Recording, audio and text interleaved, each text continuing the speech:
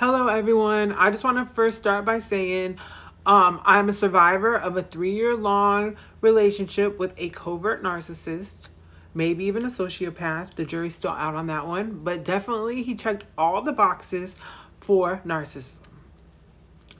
With that being said, as I've been on my healing process, I've joined a lot of support groups, and in those support groups, I see the same question asked every day, multiple times a day.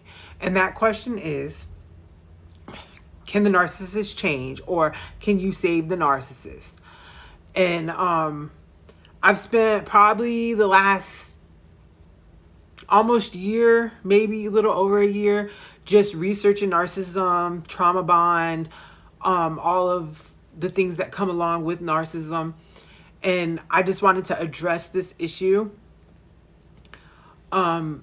So the answer to the question is yes, narcissists can change.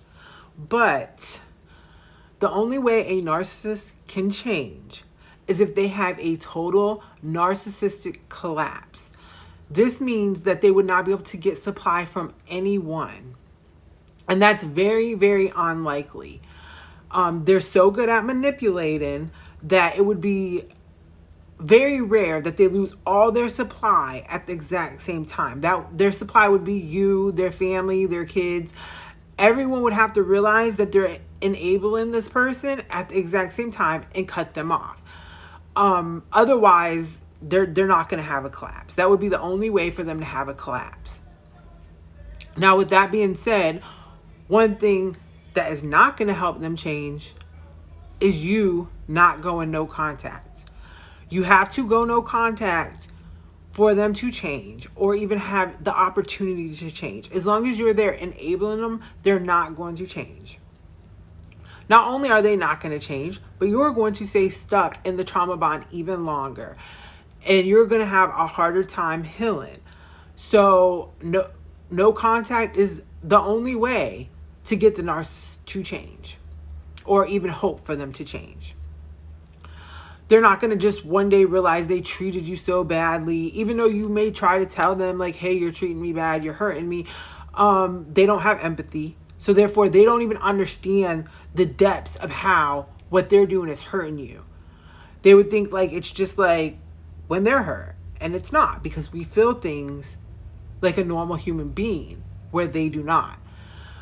I also see a lot of people saying like in the groups that they can't go no contact because they have children, or because they're financially dependent on their narcissist.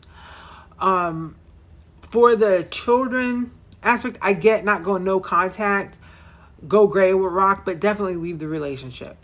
And go through a third party if you can. Like if you have a third party that can exchange the kids for you and things like that, like definitely do that.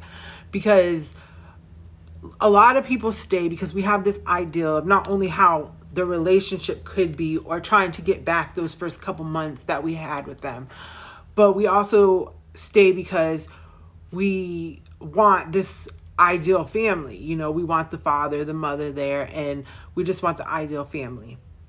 And just being somebody that came from an abusive upbringing, I'm telling you right now, it does your children no justice to stay in this relationship.